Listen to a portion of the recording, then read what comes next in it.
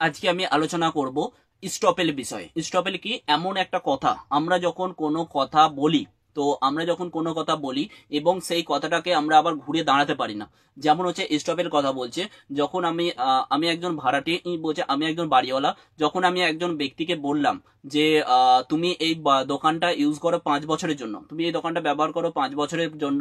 ও তো 5 বছর যখন, তখন হচ্ছে সে যে দোকানটা ব্যবহার করছে সে দোকানটাতে ডেভেলপমেন্ট করলো এবং অনেক কিছু সংস্কার বিবৃতি করলো, এবং সেক্ষেত্রে অনেক কিছু পুরো মানে চেঞ্জ করলো আর করলো, মানে ডেভেলপমেন্ট করলো।